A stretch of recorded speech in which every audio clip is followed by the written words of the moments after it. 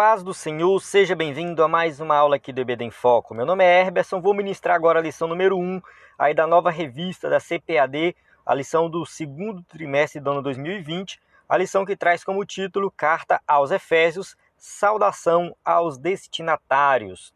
Bem, você que acompanha a CPAD, a revista da CPAD, é professor ou aluno, está aqui acompanhando o EBD em Foco, ou quem sabe somente na revista, mas também acompanhando outros canais. E você sabe que nós estamos começando mais um trimestre. Esse novo trimestre vai estudar a carta aos Efésios. E essa lição número 1 tem como objetivo fazer uma introdução aí a essa carta, para que nós possamos entender os seus propósitos, quando ela foi escrita, em que situação, falar um pouco dessa saudação do apóstolo Paulo aos destinatários. Então você que quer aprender mais sobre esse assunto, assista essa aula até o final e acompanhe aí o EBD em Foco nesse trimestre. Estamos aí postando um vídeo toda semana, nós temos uma grande quantidade de conteúdo, eu tenho certeza que vai ser uma bênção para a sua vida. Então se você entrar aí no site do EBD em Foco, ebdemfoco.com, vai ter aula em vídeo, aula em áudio, subsídio PDF e um conteúdo extra, vídeo de destaque, comentário em PDF, comentário bíblico de Efésios em PDF. Enfim, é uma grande quantidade que você pode acessar, além dos slides em PowerPoint. Então acesse aí ebdemfoco.com. Tenho certeza que neste trimestre você vai aprender muita coisa. Nós estamos aqui para ajudar você a preparar uma boa aula e a ter recursos didáticos para ministrar uma aula de excelência. Estou sempre avisando aqui também que a gente vai lançar um livro, na verdade eu vou lançar um livro, que é os 4 Cs da Educação Cristã, é um livro para professores da EBD. Então esse livro está aí quase pronto já, mas você já pode acessar o conteúdo desse livro através de um treinamento totalmente gratuito, que tem no site do EBD em Foco. Então você entra no site ebdemfoco.com, faça um cadastro gratuito, e lá dentro vai ter o conteúdo desse curso, que você vai clicar lá para fazer a matrícula e vai assistir às aulas totalmente gratuito. Você não vai pagar nada e você vai ter um curso, um treinamento completo para professores da EBD. Não é obrigado a comprar o livro, nada demais.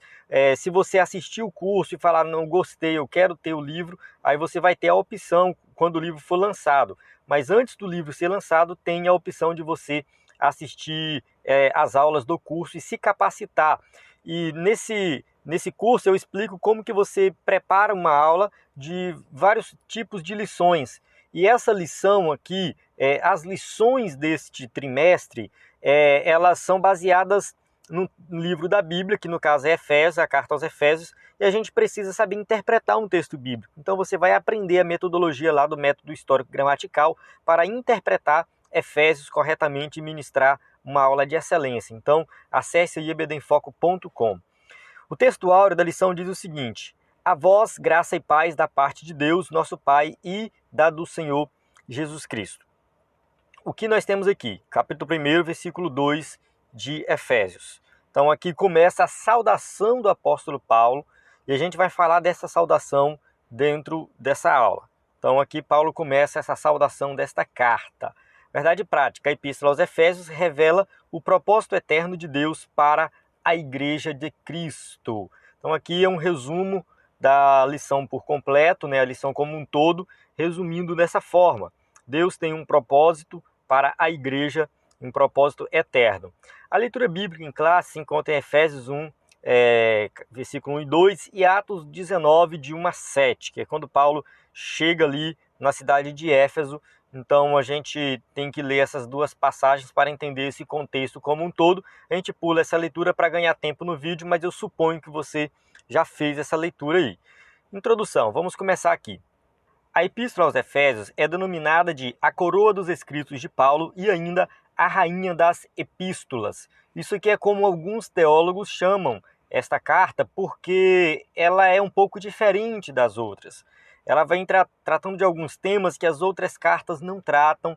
Então Paulo ele faz uma abordagem aqui apresentando a Igreja de Cristo, o senhorio de Cristo sobre a Igreja, colocando Cristo como cabeça. A gente vai falar tudo disso nesta aula, mas ele apresenta algo diferenciado aqui. E o que a gente pode observar é que ela foi escrita para aquele contexto, mas serve para nós nos dias de hoje. Então a gente vai procurar saber qual é o significado desta carta, né, para a igreja de hoje. Nela, o propósito eterno de Deus para a igreja está revelado por meio de Cristo Jesus. Então fica bem claro que Deus tem um propósito para a igreja, um propósito eterno, e nós que somos os crentes que fazemos parte da igreja, a gente vai entender melhor esse propósito para a nossa vida. Então, que é revelado por meio de Cristo. E nesta lição, estudaremos os aspectos introdutórios e as principais abordagens doutrinárias da epístola. Então, nesta lição, a gente não tem o objetivo de explicar toda a epístola, porque isso vai ser realizado durante aí as aulas das próximas lições. O que a gente vai fazer aqui é basicamente dar uma introdução geral dessa epístola. Durante este estudo, o conteúdo da epístola deve nos levar à adoração a Deus e ao aperfeiçoamento de nossa vida cristã. Então, o objetivo aqui é que nós possamos nos aprofundar mais no conhecimento, estar mais próximos de Deus e colocar em prática tudo que aprendemos aqui. Se você observar, algumas vezes você vai ver eu falando carta e outras vezes você vai ver eu falando epístola. Na verdade, os teólogos, os estudiosos, não chegaram a um consenso se o que Paulo escreveu foi carta ou epístola. Na verdade, o que eles concluíram é que Paulo criou um estilo literário diferente do que existia na época. Porque a carta era um texto pequeno, que tinha uma estrutura específica e era direcionado a uma única pessoa ou, quem sabe, a um grupo, mas não tinha intenção de ser publicado de forma que outros pudessem ler, outras pessoas de fora, que fosse circular.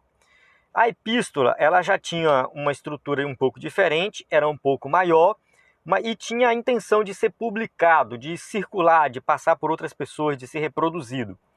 E aí Paulo, ele escreve com uma estrutura de carta, com um texto maior, direciona muitas vezes a uma igreja específica ou a uma pessoa, como Timóteo, Tito, Filemon, ou a igreja, né, a igreja de Corinto, a igreja de Colossenses, enfim, a igreja de Colossos, né? Enfim, ele tinha algo específico, mas ao mesmo tempo Paulo tinha a intenção de que essas cartas fossem distribuídas, reproduzidas.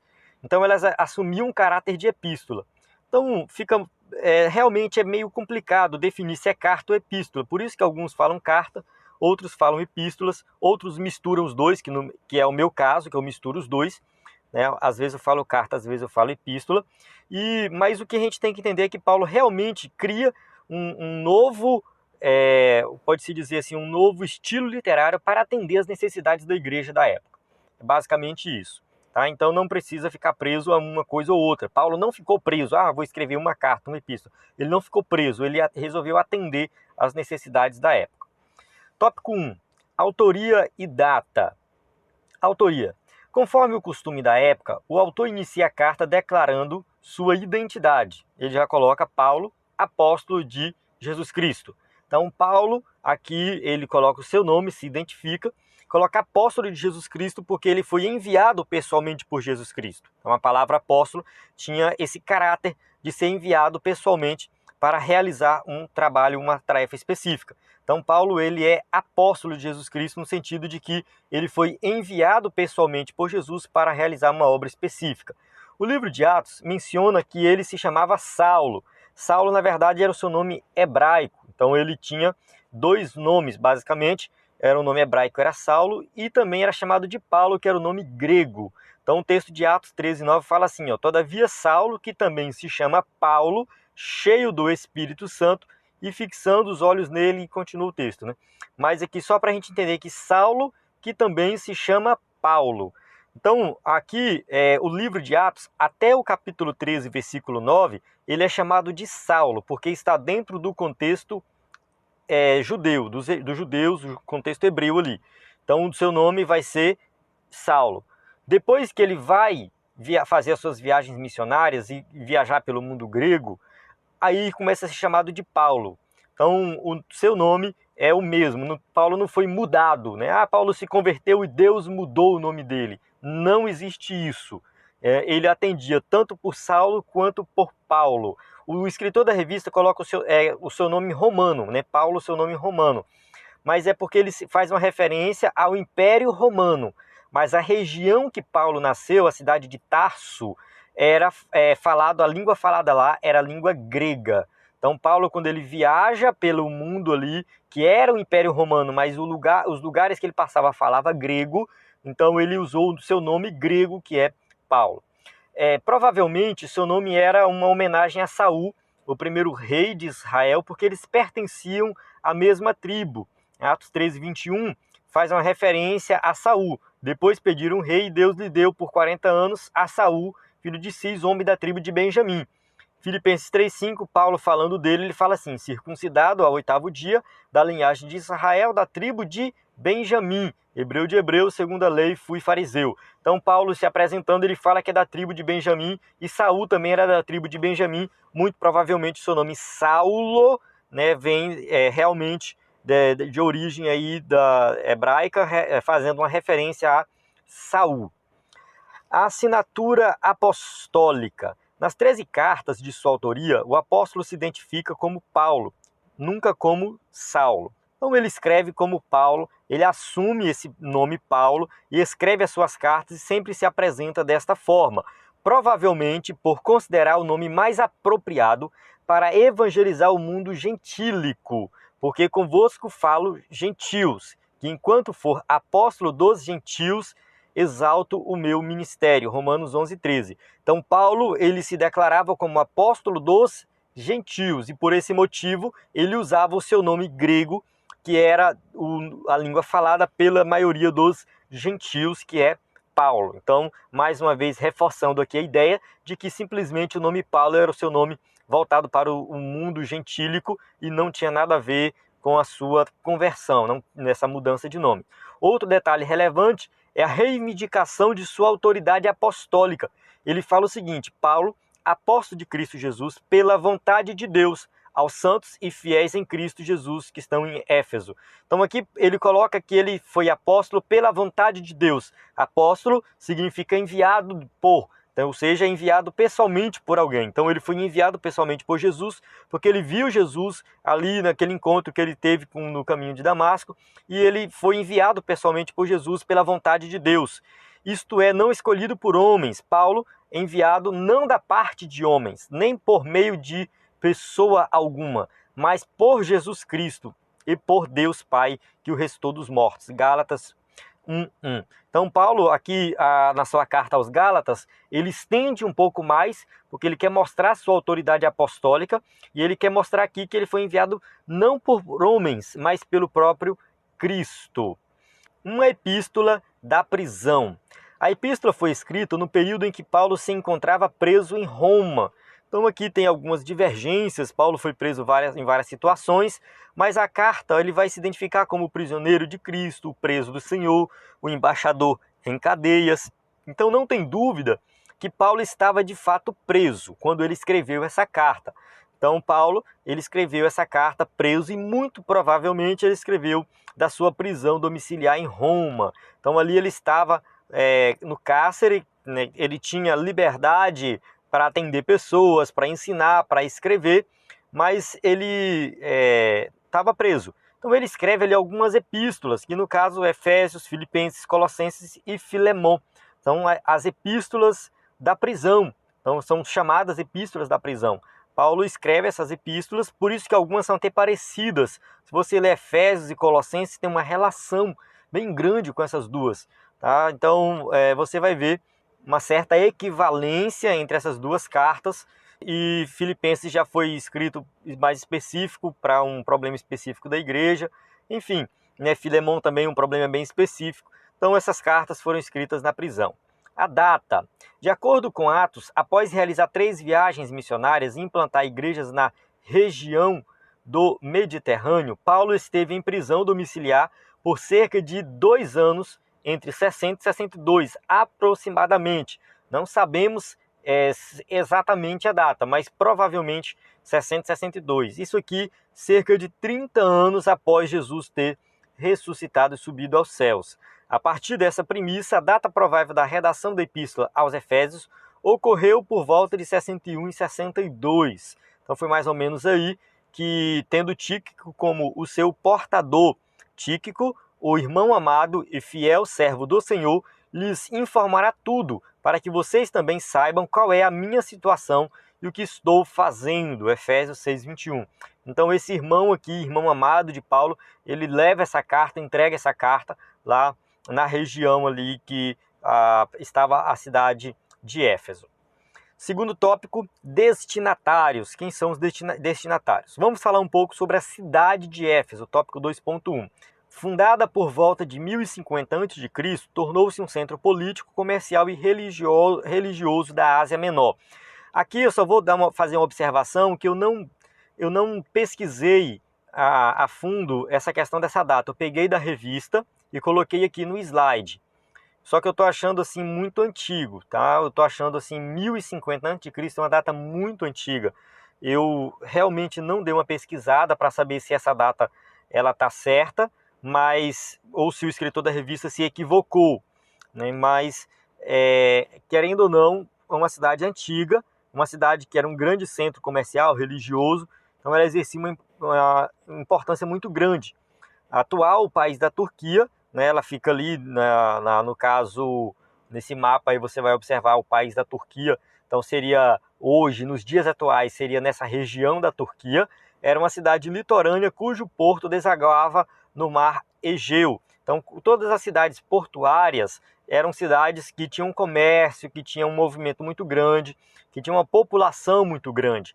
Sua rua principal era pavimentada em mármore com colunas trabalhadas em ambos os lados. Então era uma cidade muito bela, com arquitetura diferenciada. Era considerada uma metrópole com cerca de 500 mil habitantes. Para os dias de hoje, 500 mil habitantes é muita gente mesmo. Imagina para aquela época. Então era uma cidade bem movimentada, uma cidade bastante habitada. Tinha o maior anfiteatro do mundo, com capacidade para 25 mil espectadores. Então era uma cidade que tinha uma cultura elevada, né? Um anfiteatro, um local onde tinha apresentações teatrais. Essa capacidade, para os dias de hoje, é uma capacidade muito grande mesmo. Próximo dali ficava o estádio com pista de corrida e a arena onde ocorriam as lutas entre animais selvagens. Então tinha também o estádio onde aconteciam os jogos e tinha a arena para lutas com pessoas, com animais, enfim. Então era uma cidade que tinha muitas atrações. A religiosidade em Éfeso. A cidade abrigava o templo de Ártemis, ou Diana, a deusa da fertilidade, construído em mármore. Então era um templo muito belo, um templo muito bonito mesmo, era considerado uma das 7 maravilhas do mundo antigo, um templo realmente diferenciado, uma arquitetura diferenciada, uma obra belíssima. A economia da cidade dependia dos milhares de turistas que a visitavam. As pessoas vinham de fora para visitar a cidade de Éfeso e também fazer peregrinações ali ao templo da deusa Diana. Sua maior fonte de renda era o comércio de nichos de prata, vendidos no templo. Então ali tinha um comércio muito grande de coisas que eram vendidas relacionadas ao templo. Então podia ser miniatura do templo, uma imagem da deusa Diana, dentre outras coisas que eles poderiam fazer e comercializar ali.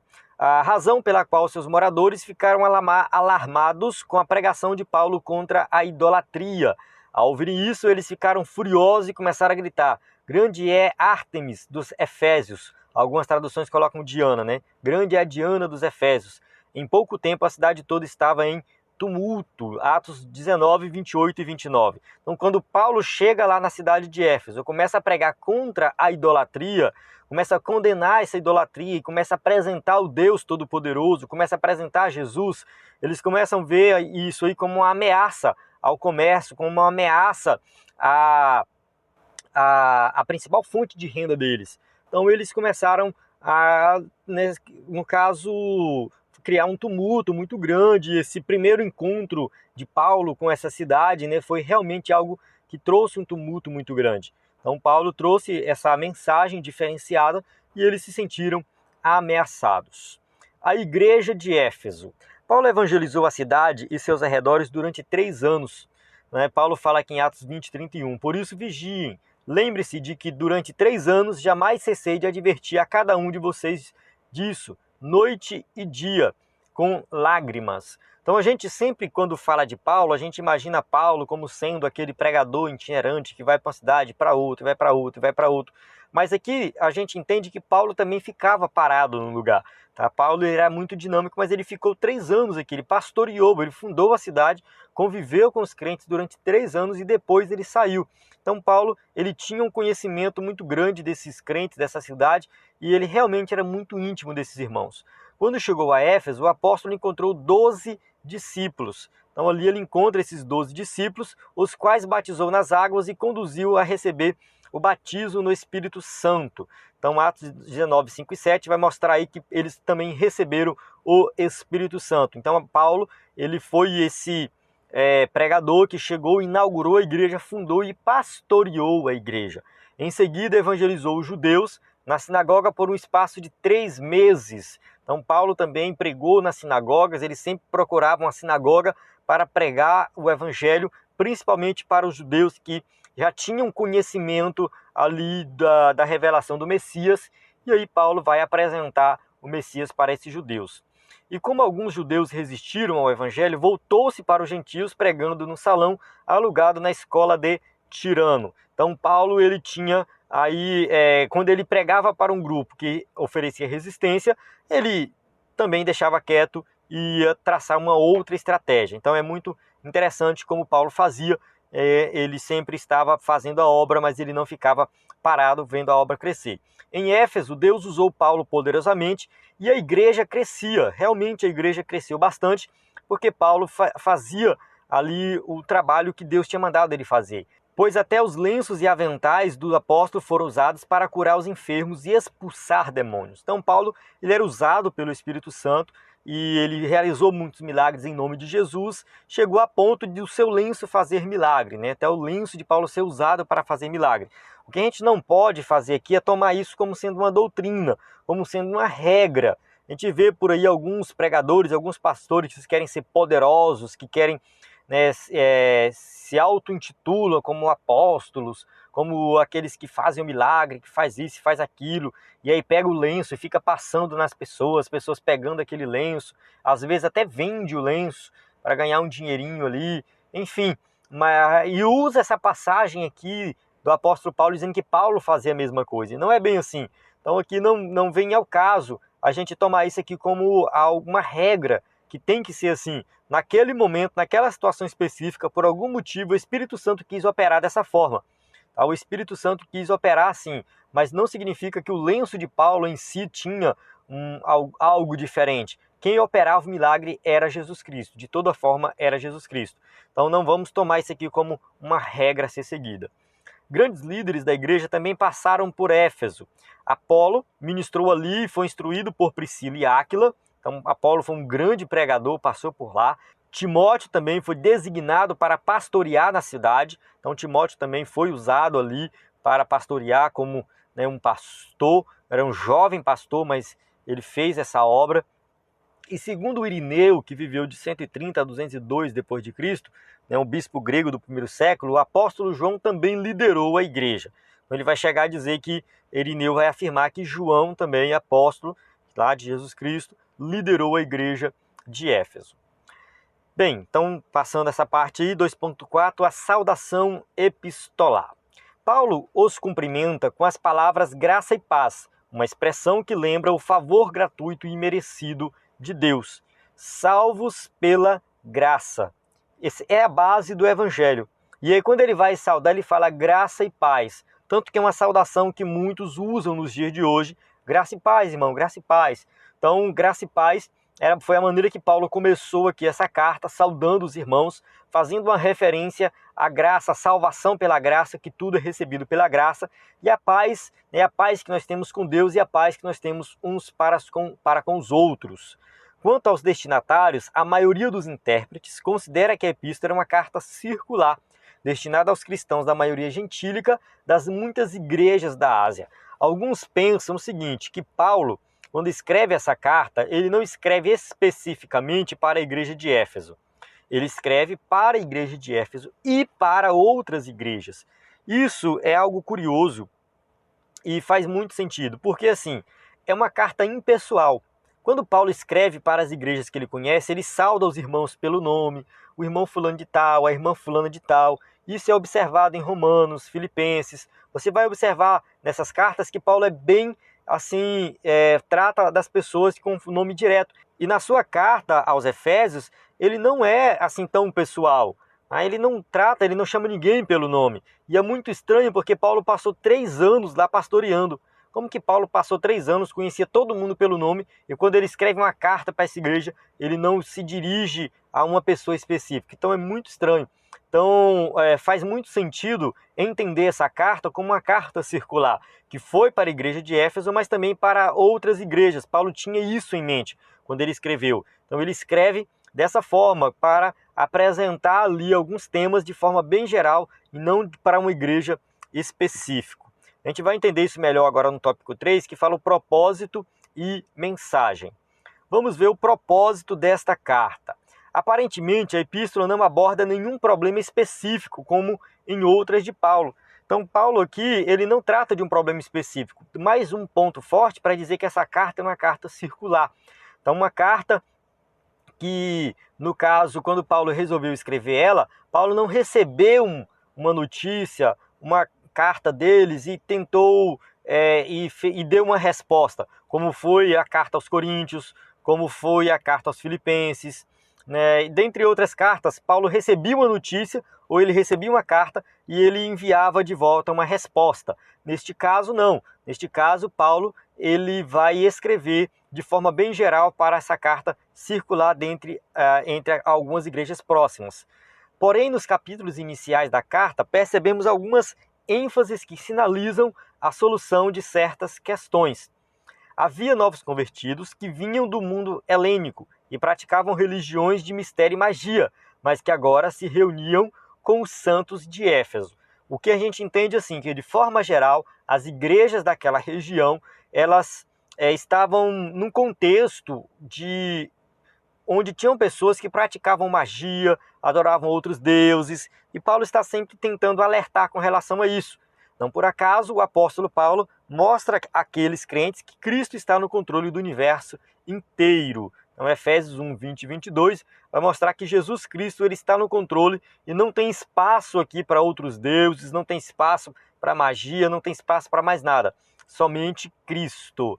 Também é possível perceber outro tipo de ênfase do apóstolo. O passado daqueles cristãos era marcado pela imoralidade e bebedeiras. Muitos deles ali viviam nos templos, praticando orgias, enfim, viviam na bebedeira, praticavam todo tipo de pecado. Mais uma vez salvos pela graça, eles deveriam adotar um novo estilo de vida. Então Paulo ele vai deixar bem claro que antes vocês estavam mortos de delitos e pecados, Efésios 2:1. Mas agora vocês são diferentes. Agora vocês que mentiam não mentem mais, vocês que bebiam não bebem mais. Então Paulo vai mostrar a mudança de vida após conhecer o Evangelho. Então aqui fica bem claro que tem que ter mudança de vida quando conhece a Jesus.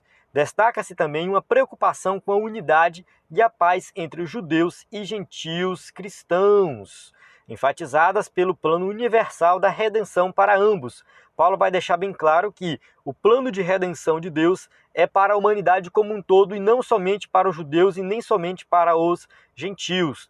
Ele fala assim, portanto, lembrem-se de que anteriormente vocês eram gentios por nascimento e chamados incircuncisão pelos que se chamam circuncisão, feita no corpo por mãos humanas, e que naquela época vocês estavam sem Cristo, separados da comunidade de Israel, sendo estrangeiros quanto às alianças da promessa, sem esperança e sem Deus no mundo.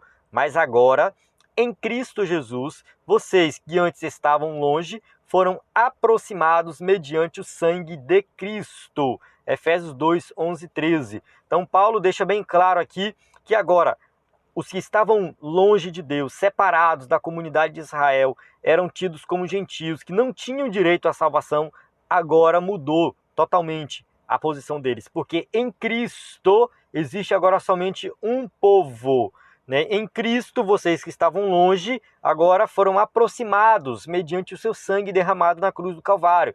Então agora a salvação ela acontece em Cristo Jesus. Sob essas premissas, então podemos considerar que uma das intenções do autor aos Efésios era a de atender às múltiplas necessidades da igreja numa perspectiva pastoral, Por isso, a carta é apontada por estudiosos como um tratado teológico sobre a igreja, o corpo de Cristo. Então, a carta, como ela não tratou de um problema específico, Paulo aproveitou para falar de forma mais geral do papel de Cristo e da igreja. Então, Cristo é o cabeça, ele apresenta uma cristologia, aí apresenta também uma eclesiologia, que é um estudo sobre a igreja. A mensagem 3.2. A mensagem de Efésios gira em torno de duas temáticas. A primeira temática é Jesus Cristo, a cabeça. Então vai ficar bem claro que Cristo é a cabeça da igreja. Cristo está na liderança da igreja. A igreja não pertence a um homem, a igreja não pertence a um pastor, a igreja não pertence ao Estado, mas a igreja pertence a Cristo. E a igreja, o corpo, no caso, mostrando aqui que o corpo de Cristo, no caso o corpo é a igreja, que é composta por todos os crentes, todos os salvos de todas as épocas, de todos os lugares do mundo, todas as culturas. Então a igreja de Cristo são todos os crentes, todos compõem a igreja de Cristo. Assim podemos classificar os desdobramentos desses assuntos nos seguintes eixos temáticos. Vamos lá, vamos entender aqui o que é tratado nesta carta. Primeiro, a consumação do plano eterno de Deus na pessoa de Jesus Cristo. Então Deus tinha um plano de salvação e ele consumou esse plano em Cristo. Não tem mais complemento para a salvação, ela já foi cumprida, o plano de salvação.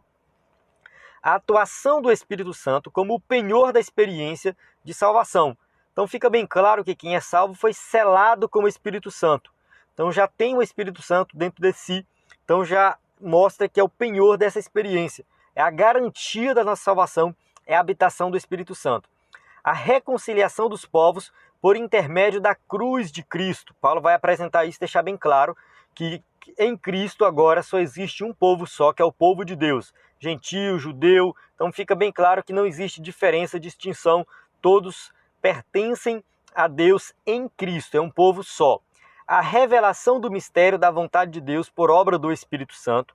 Então que fique bem claro também que esse mistério de salvação, o mistério que Paulo fala, que é Cristo sendo o salvador da humanidade como um todo, esse mistério que é incluir os gentios no plano de salvação, esse mistério ele foi revelado por meio do Espírito Santo. Um novo estilo de vida baseado na unidade, na comunhão com o Espírito, na frutificação, na adoração e na intercessão do Espírito. Então aqui mostra que agora que vocês são convertidos, vocês abandonaram o pecado, vocês devem viver de uma forma diferente. Então aqui fica bem claro uma parte prática dessa carta. E os novos relacionamentos conjugais e a luta contra o diabo. A parte final da carta, Paulo vai falar da mensagem, só os versículos aqui embaixo no slide que estão errados, eu vou dar uma atualizada depois, que é a parte aqui é o capítulo 6. Tá? O final do capítulo 5, o começo do capítulo 6, onde Paulo começa a dar instruções práticas sobre a família e também fala da batalha espiritual. Portanto, a epístola contém uma combinação de doutrina, fé e prática da vida cristã. E de tudo que Deus fez e o que se espera que a igreja faça. Paulo divide esta carta em duas partes. Uma parte mais teológica, que a gente pode falar que é a teoria, e uma parte mais prática, onde nós vamos ver instruções práticas, aplicações práticas de toda a teologia que ele apresentou na vida dos cristãos. Então Paulo ele sempre faz isso. Na verdade, essa divisão é comum nas suas cartas, mas fica bem evidente. Capítulo 1, 2 e 3, teologia. Capítulo 4, 5 e 6, aplicações práticas. É isso que Paulo faz nessa carta. Então, que nós possamos ler esta carta, entender o seu significado e colocar em prática na nossa vida. Nós temos que entender que aqui Paulo está revelando a vontade de Deus para a vida dos cristãos, apresentando aí o que é a igreja, o que é o evangelho, o que o evangelho causa, no caso, a transformação que o evangelho traz na vida da pessoa e como que ela deve viver após ser transformada pelo evangelho. Amém? Chegamos à nossa conclusão, que diz o seguinte: a epístola revela um elaborado resumo da salvação e suas implicações para a vida cristã. Seu conteúdo recorda o favor imerecido que recebemos gratuitamente da parte de Deus. Então Paulo vai falar muito da salvação pela graça, recebemos essa salvação totalmente pela graça, não por obras, mas tem aí a parte prática que o cristão deve exercer. Suas exortações nos impelem a viver em santidade e alicerçados em Cristo, a cabeça da igreja, a batalhar contra as forças das trevas. Então aqui, de forma bem sucinta, né, a conclusão vai deixar bem claro que nós temos que viver em santidade. No final aí da carta ele fala de batalha espiritual, porque o cristão vai viver nessa batalha espiritual, mas é uma batalha que já está vencida, que já foi vencida. Nós já somos mais do que vencedores em Cristo Jesus. Amém? Então a gente chega aqui no final dessa aula. O que eu recomendo para você é: estude, leia livros, leia comentários bíblicos, leia livros de hermenêutica, exegese, aprenda a interpretar uma carta, aprenda a tirar uma mensagem, a mensagem de Efésios, e aplicar isso na prática na vida dos seus alunos. Você que é professor da IBD, você pode aplicar aí de forma bem prática os ensinamentos desta carta. Amém?